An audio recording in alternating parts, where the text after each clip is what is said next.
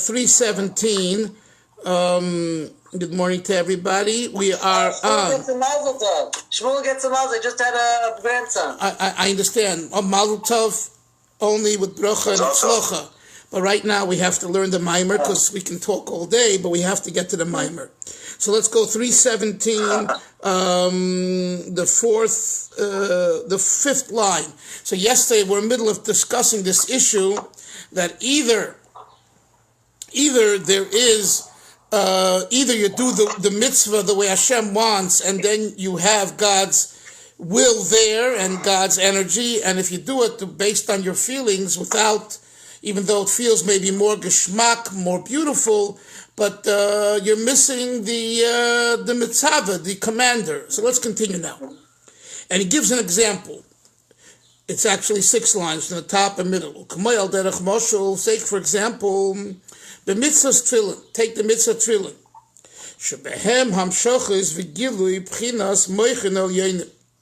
It's brought down that what happens when you put on tefillin, what happens spiritually? It's the drawing down and what's called the revelation of moichin ha'elyonim, which means supernal intellect. It means there's an inspiration coming from HaKadosh Baruch Hu that refers to the moichin, the kind of the brains of the Godhead, the intellect of Hashem. And that... Rabbi, is that the reason why Hashem wears also tefillin? That's what I saw that somewhere once. Could be. I don't know. Harei heim boyim b'mida v'shir mugbu. Nevertheless, even though we have Hashem's energy when we put on tefillin, the way it expresses itself here on earth is through a measured, limited way. Specifically when the tefillin are made precisely. As Hashem desires and wants. I mentioned this yesterday. Turn off, please, whoever has their mute yourself. They should be square. And there should be 4 compartments. Betfila shorosh in the head tefillin, whereas in the hand tefillin, the 1 compartment, betfila shel yad in the hand tefillin. Why? Why does Hashem want that? We have all 4 portions written on each of the parchments in the head and in the hand tefillin. Nevertheless, Hashem wants that in the head tefillin they should be 4 separate ones put into 4 separate compartments. Whereas in the hand tefillin, it's all one on one cloth. Why does Hashem want it that way, Moshe? Because that's what He wants. Go ask Him.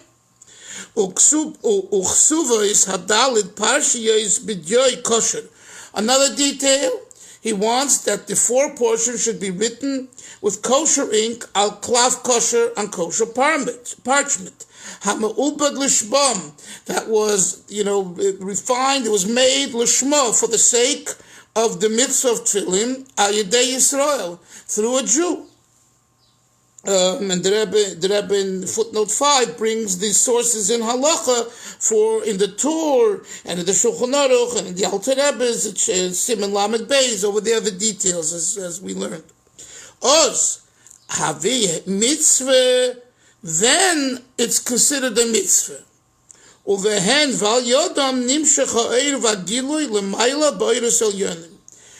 we do that mitzvah, we draw the ha'ara of the Eibishter.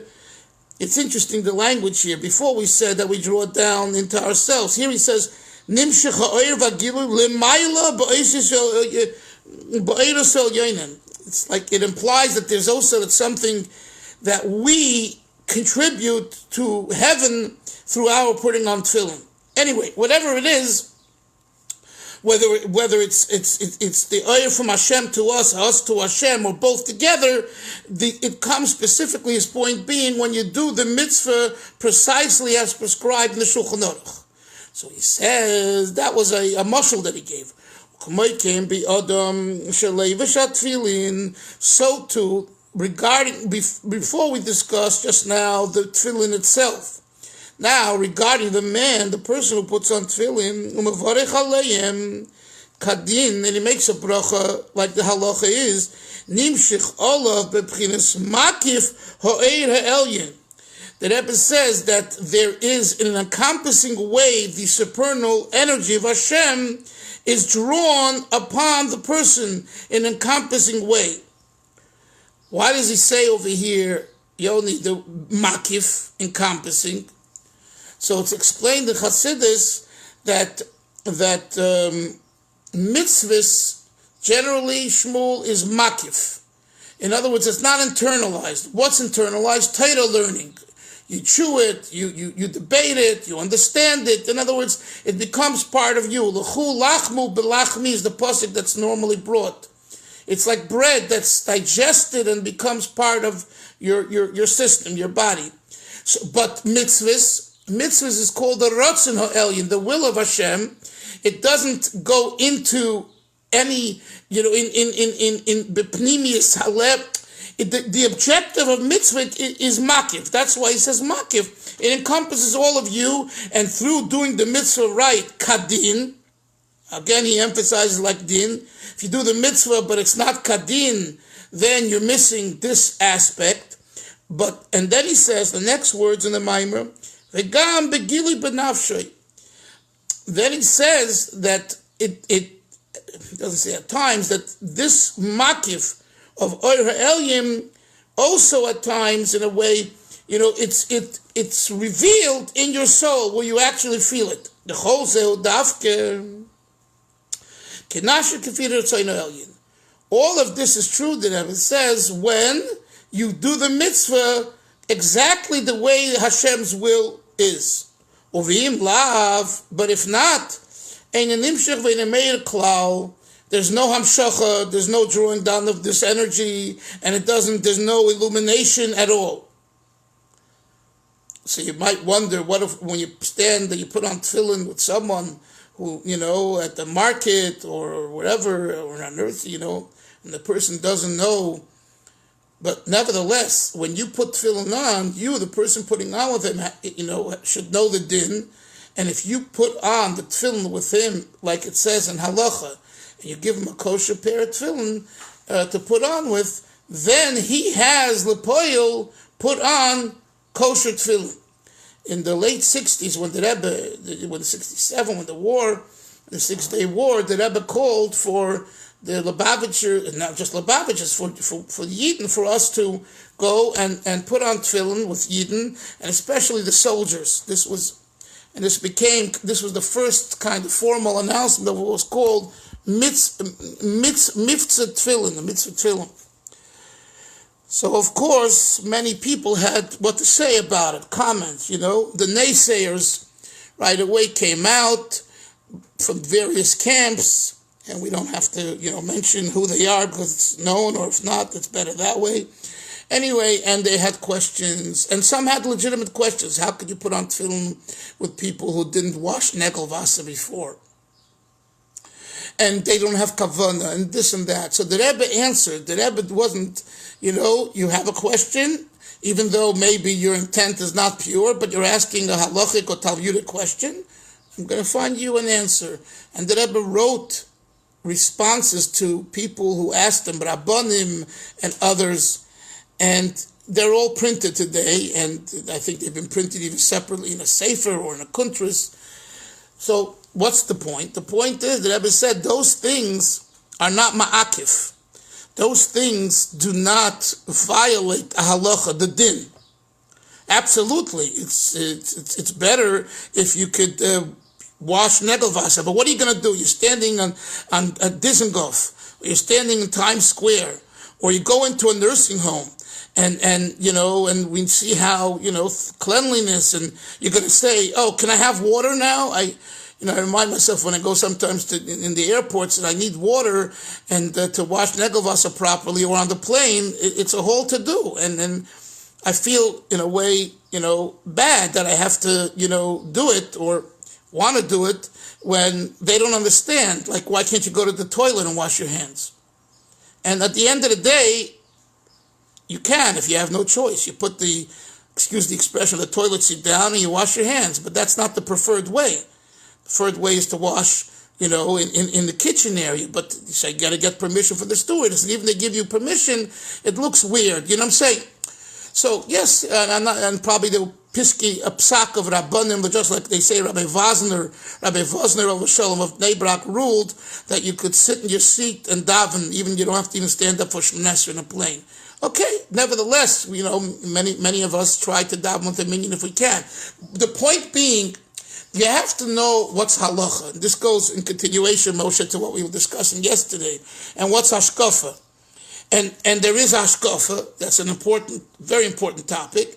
And there is halacha, and that's also very important. Also, it is, more important in a way. So the point being, the Rebbe says here that you put on tefillin kadin.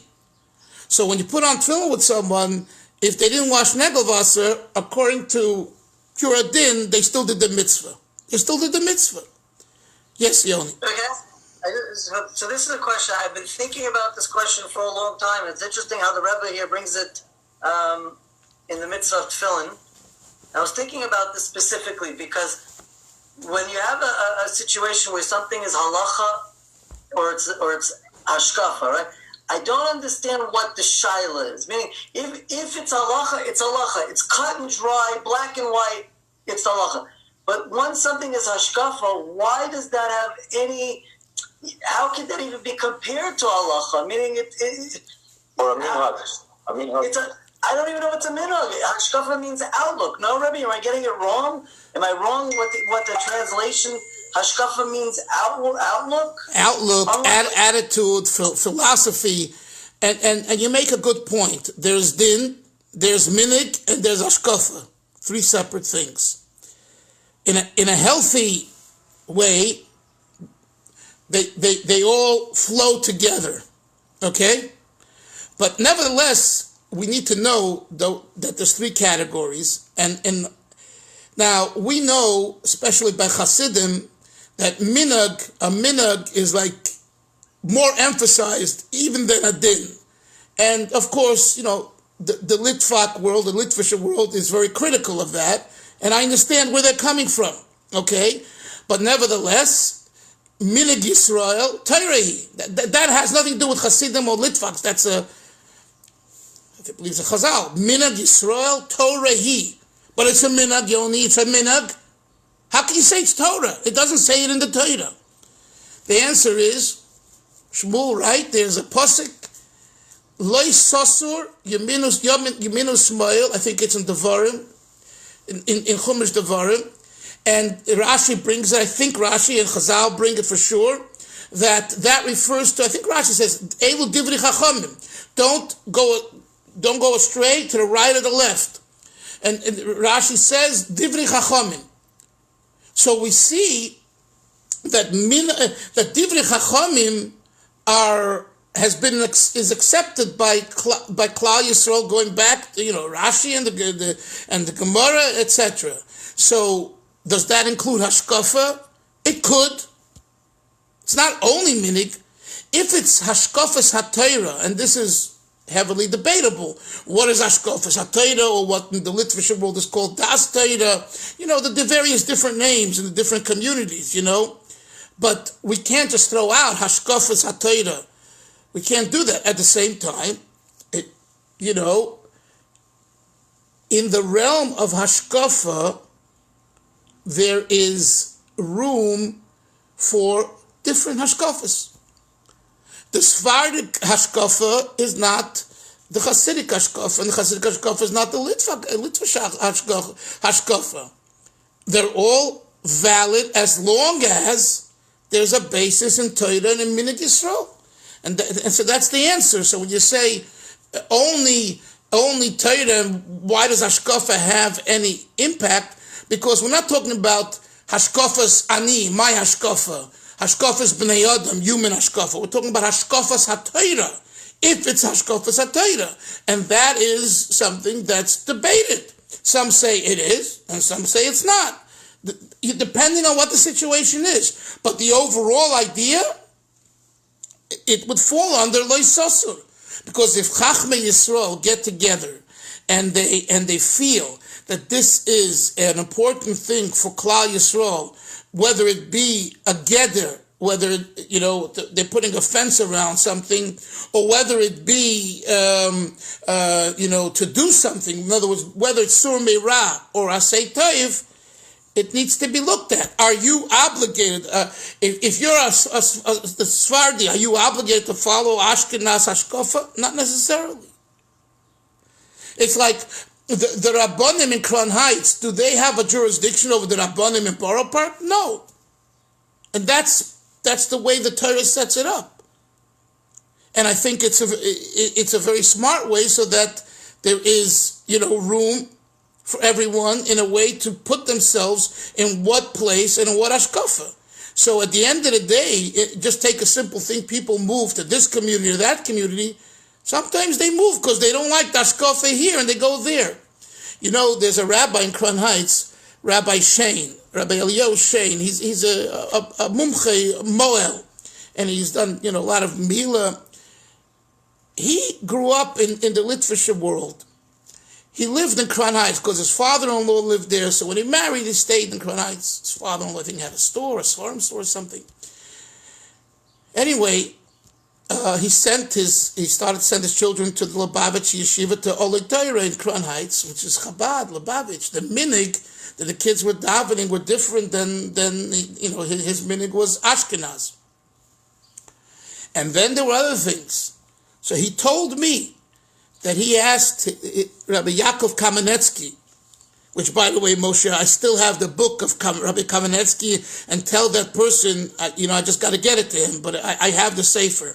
Anyway, so Rabbi Yaakov Kamenetsky was a Litvische Godler, Rosh Hashiva in Tervadas, a big Talmud Chochem, on and on.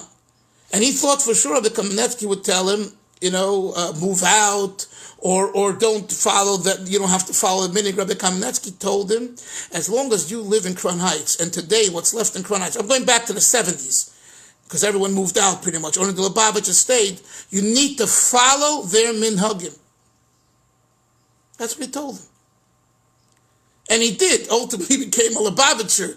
Whatever. I'm just saying, and his family's Lubavitch. But isn't it interesting that this Gadol and this Rosh Hashiva, Rabbi Yaakov Kamenetsky, who was a real Talmud Chacham, you're talking about from the old country, and he told him, you live in Crown Heights, your kids go to the yeshivas, they daven a certain nusach, you have to follow their minhag. So, now, Shmuel, and if you don't want that, in a sense, move out. You know what I'm saying? You have a choice. You can move to a Litvische community, but so Yoni, today, look, whether it's Bet Shemesh, Borough Park, Beit Alit, Yerushalayim, or Los Angeles, you can choose from whatever you have your own. So no one is limited and forced to follow a minhag that they want. But if you park yourself in a certain community, you're obliged by the minhag of that community. That's Yiddishkeit, and that's good Yiddishkeit and healthy Yiddishkeit. This random choose and pick is very unhealthy. I'm sorry, it's very unhealthy, and it mixes up, especially the youth. So, on one hand, sitting in your shul, and I loved going there the Friday nights just to hear the music, and it was beautiful, the dancing and the singing, and seeing people with beards, without beards, with cuckoos, without cuckoos. On one hand, it's a Gavaldik Gazach. Everyone's coming together. But there's a certain point when you get a little more kind of serious and mature, and you start thinking, and especially you're married, you have a family, what derech am I gonna share with them? Not to exclude other drachim, but it's very important to know what mahalach you're choosing, and there's nothing arrogant about it. Today we live in this world that what they're into is, being eclectic. Like I told you, neo-Chasidism, like these guys are in Ner Yisrael. I'm sure that 30, 40 years ago in Ner Yisrael, I would have never heard from Ner Yisrael students about neo-Chasidism. I'm convinced. It was Litvak versus Chassid. It was, this or that. Who am I? What am I? Today, it's all good. And in a way, It's good that it's that way, really, because, fighting and divisiveness is very unhealthy. But at the same time, you must, especially when you build a family, you have to have a mahalach.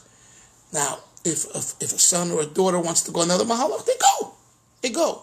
But this is our mahalach. Okay, back to the Maamar, guys. Okay. So he says, the whole who dafke kishenasa kifirotz elyon. All this is based on the will of Hashem. Doing it based on the will of Hashem exactly. Nothing is drawn to you, and there's no illumination. It's all a fantasy in your mind. You can fantasize from day to tomorrow, but the real godly illumination is not there unless it's Ratzon Hashem. Now the Rebbe says, just as we discussed it, Yoni, in the mitzvah of tefillin, so to another mitzvahs. The harei hukshu kol ha-mitzvahs l'tefillin. Chazal say, all mitzvahs are compared to tefillin. K'moi shehu b'mitzvahs tefillin, k'moi keinu gam b'shar ha-mitzvahs. Just as it's true for tefillin, it's true with all other mitzvahs. V'zeu ma sha-mitzvahs nikroyim evorim de malka. Chazal say, mitzvahs are called the limbs of the king. Take, for example, the limbs of a person. The energy coming from the soul extends itself through the limbs to enliven the body. The b'chol eiver ve'eiver, in every single limb, there is the investment of a particular energy, koyach, and power that enlivens that particular limb. Koyach hariyah ba'ayin. The power of vision is in the eye. The koyach hashmiya, the power of hearing, ba'ozen, is in the ear. Next page, 318. The yedua, the hamshochas, oir, v'chayas hanefesh, tluya lifi oife mezikas varkovas evorim. Now listen to this. How much of the energy is in any particular limb, it depends on the meziga v'harakova, how it's comprised, how the limb is comprised, and it draws down the amount of vision that you have. So in other words, the Keli Moshe establishes, you hear? It establishes how much oir and chayas it will be in the eye. This is very interesting. In other words, hearing. How well do you hear? It depends on the keli. The keli draws the or. So you'll say, well, I'm born this way. Yes, you're born this way, but your father and your mother made you, and how they made you and everything else establishes what kind of ears you're going to have. And I don't mean the physical ears, how you look. You look like my father. My mother, this Shabbos, some of my kids took out my album when I was a baby, and my daughter Chaya had a baby a month ago or so, and it said, look at this, exactly like my baby Rivka. Looks just like when you were a baby. Okay, true. But that's the physical look. What about the koyach hariyah, the koyach hashmiya? I think there's a difference. There, even if outwardly the ears look alike, or the nose, or the mouth, or the forehead, right, all the features, that doesn't apply in the same way to how much vision and hearing and smell that the new baby has. That depends on the koyach, on the keli that draws down the amount of energy that's given to it. And I believe it says in other Maimorim that, I think the Frierdiker Rebbe speaks about the brain, that through the usage of the brain, you can actually expand the expansion of the brain. So you can make your keli better, sharper. So if it's true, Shmuel, for the brain, I would think it's true for the eyes, and it's true for the ears. So when we talk about, listen to this, when we talk about Shleima Melech understanding the language of the animals, and we talk about people seeing things, it's possible through the refinement of your vision and your ears, al pitoida, etc., you can hear more things that others can't hear. And you can see, and I'm not joking, and it doesn't mean you're a tzaddik and you're a navi. I'm not talking about that. We're talking here about, he says, let's continue. God forbid, if there is something wrong with a certain limb,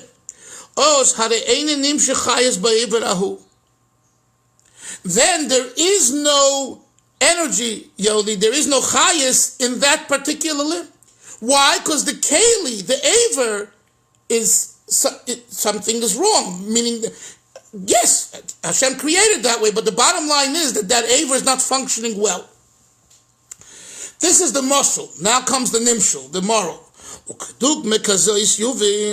And this will understand also using this.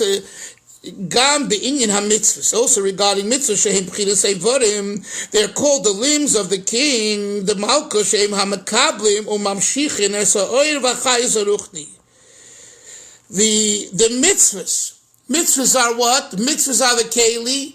The way we do a mitzvah, that's the amount of energy that is drawn down and inspire into and illuminates us. You do a mitzvah half-baked, you get half and half. You do a mitzvah with a lot of chayas and sincerity, you're going to get a hamshacha that's unbelievable. And it's going to make an impact on you and everything else. So in the morning you put on tefillin. If you're putting on a tefillin is done with proper kavanah and proper chayas, even though you've done it hundreds of times, thousands of times, nevertheless, it's a different mitzvah this morning. You're getting that day a different type of hamshacha, of drawing down amount of godliness, and the inspiration will be very different. And that's why you can't say, I did the mitzvah yesterday, and I did the mitzvah today, and I will do the mitzvah the day after. What's the difference? No. First of all, you eat today, you eat tomorrow, right? Each day you feel differently. Also, when you do the mitzvah, every day the mitzvah has a different energy because you're a different person. So every day there's a difference. That's what he says here. So he says, says the Rebbe, but this is all true only if you did the mitzvah precisely the way the kavanah, the intent, v'rotzon ha'elyin, and God's will, Baruch Hu, is. That's the amount of, that's when you're going to get it. But if you do it the way, what we call feel-good Judaism, feel-good Chasidusism, you feel good, but you're on your own. And sometimes on your own you make it, and sometimes you get lost, So when we plug in to the Eibishter's Ratzon, we're on the right track. In the world of Talmud, in the yeshiva world, you know what they say? As megeit auf dem gleichen Weg, if you walk in the right path, trefft men sich, you meet. Right? So if you're studying properly the Gemara, you're going to end up meeting Rashi and Tosfos, Rabbi Kiva, Rabbi Soloveitchik would always say it. Who am I with? I'm with Rabbi Kiva and the Rashba and the Chazam Sofer and Rabbi Chaim. Why? Because I'm studying the Gemara, I'm immersed, and who do I meet? I meet them. So one is to the right, one is in the center, one is to the left. So it's the similar idea over here. Let's continue. Remember, the Maamar is all about Nasav and Nishma and the prefacing. So he says, this is what we mean. Shmuel yesterday, 2 days ago, I forget when it was, we learned yesterday that Shema has 3 taichim. Hear, understand, and gather. So the Rebbe says now, as he concludes his thoughts, this is the meaning of Nishma. Shuhatoya v'simas halev, Moshe. You see, it is the paying attention. B'chol mitzvah and mitzvah. Within each mitzvah, beprotius, with its details, la'aseiso behidur, to do it beautifully, kifi rotzon elyon baruch hu, like Hashem's will. And he emphasizes behidur. you can do a mitzvah and get away with it. Okay? Yoni, this you mentioned yesterday about chumras. So I just want to hear the idea of beautifying a mitzvah. It's like something you really love and you really like. No one has to tell you to do it beautifully and do the best. You like it. It's your enjoyment. So the Rebbe says that if you pay attention to what's going on when you do a mitzvah, you're going to beautify the mitzvah in any way you can. Okay? There was a chassid, Rabbi Chaim, there's a Chabad family Chaim, who he would put on various pairs of tefillin every day because he didn't trust the kashrus of his own tefillin and this tefillin. That's, on one level, he was very, very frum that way, okay? But at the same time, he also loved the mitzvah so much that he did it again and again. Now, he probably didn't make another bracha, without a bracha, of course. But the point being that, if you like something, you love something, you're mahader in it. That's why the Rebbe uses here the term behidur, with beautifying it. Don't do a mitzvah just to get rid of it, And unfortunately, that's many times the way we do a mitzvah. And is it better to do a mitzvah just to get rid of, to say I've done it and I've done my quota and we go on, than not to do it? Yes, it's better to do it that way. But when we talk about the spirit, when you learn Chasidus and you learn Musar, you talk about the spirit of the law, there, the beautifying is really a primary aspect of your serving Hashem. So this is what he mentions here. The mitzvahs, mitzvah da'atzma. Wait, Yoni, give me a few minutes, please. Let me finish this paragraph. The mitzvahs, mitzvah atzmon, hekelim lahamshachas v'gilui lekus. Mitzvahs on their own are vessels to draw down godliness. So, as it says, rechava mitzvah mi'oid. Broad, rechava, broad, wide, are your mitzvahs. Shehem kelim rechavim, they're broad, big vessels, large, broad vessels, lekabel mi'oid ha'elyin, to receive the supernal mi'oid. Okay, so let's go back. The verse, Chavre, says, rechava mitzvasecha mi'oid. Your mitzvahs are very broad. The taich that he's taiching over here in the Maamar is that mitzvahs are broad vessels to receive the me'oid ha'elyin. The word me'oid over here, he's not referring to the mitzvahs, he's referring to the godly energy that Kabbalah calls me'oid ha'elyin. The supernal mi'oid, whatever that is, a high level of godliness. When you do mitzvahs in a oifid, in a matter of rechavam, of broadness, you receive mi'oid ha'elyin. Now, this is why everyone should find a mitzvah too, whatever it is that you can do in a rechava way, in a broad way. So the excuse, I don't have the funds or I'm not well enough, that's not an excuse. So find a mitzvah, that in that mitzvah, you do it in a rechava way. Okay? So for one person, it could be hachnosis orchem, another person it's give tzedakah, a third person it's visiting people in the hospital. I know people on my block, one person passed on with Ilu Nishmose, I'm saying this, such a tired Yid, he was 89, and he would walk from here to Maimonides, which is like a 25 minute walk every day. He would go into the Maimonides Jewish home and put on tefillin, and on Lubavitcher, and had no beard. But he wanted to feel fulfilled. He's in his 80s, he's retired.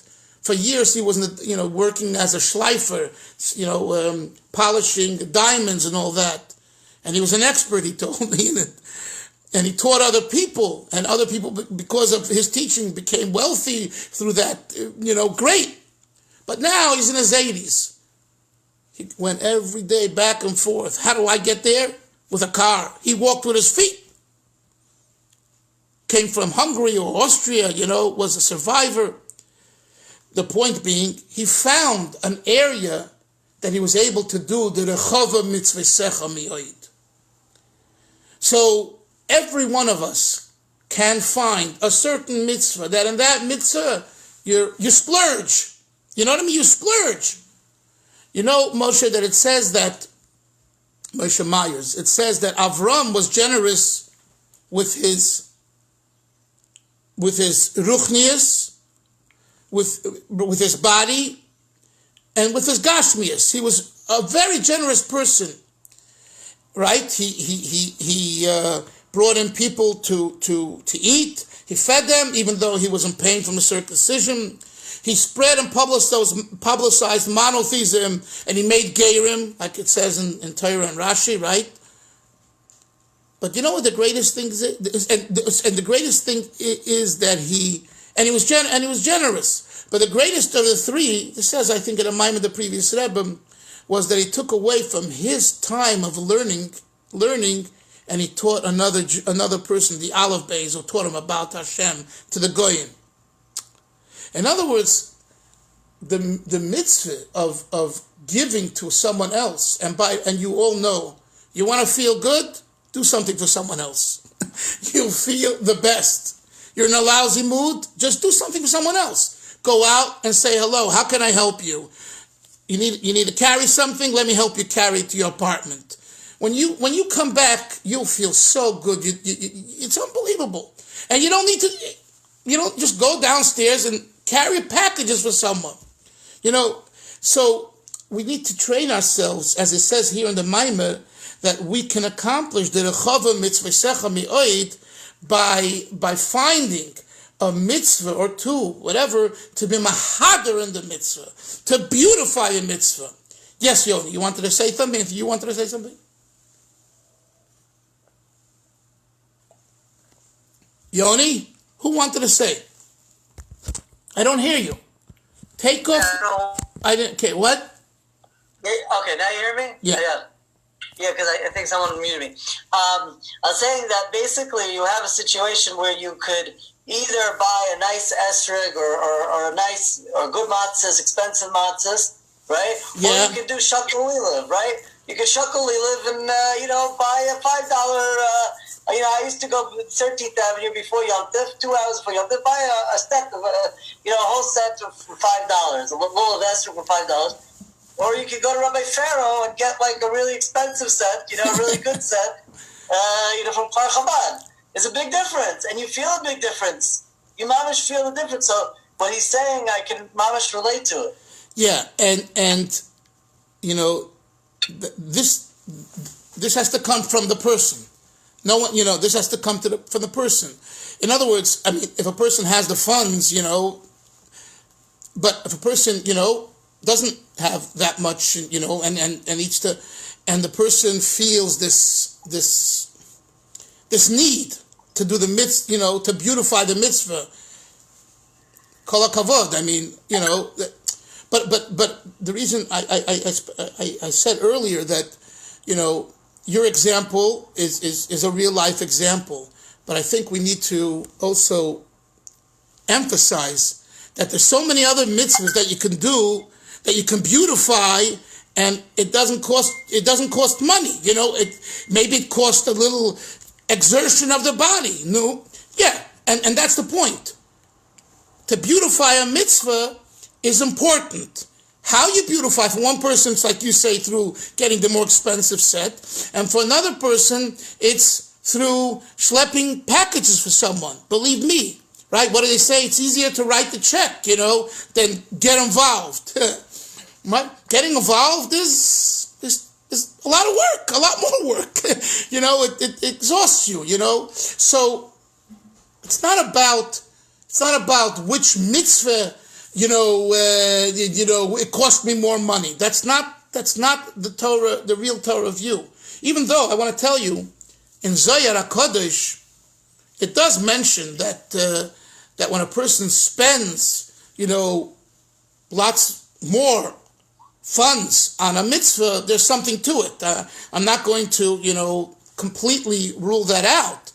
I think it's a Zohar, that mentions that concept, that idea. But the average person, who's not in that league, needs to know that, for example, you bought You bought a cheaper set on 13th Avenue or in the Shuk in Yerushalayim or Bet Shemesh, whatever, right? Okay, take that and bench with as many people till it becomes brown. I think I told you once, I love when my esrog becomes brown. People think I'm crazy. I said, if it becomes brown from so many people shuckling lulav and esrog that I gave them, that's what Sukkot is about. Not just for myself, The Rebbe gave his lulav and esrog. Guys, the Rebbe used to give everyone a chance. After he came to 778, 8:30 in the morning, and we saw him go in and make the bracha, the Rebbetzin had her own lulav and esrog at home. And then the Rebbe would go into his room, and Rabbi Harlik, one of the people who helped out, then people would come and wait online, and everyone would make a bracha. When it came Hallel, they stopped, and they brought that lulav and esrog back to the Rebbe, and he used it. He used that. He didn't use another set. He would check it. If there was a psul, of course, they would give him. He had a few other sets upstairs, and there were times I think they brought down a new set. But the point is here the mitzvah.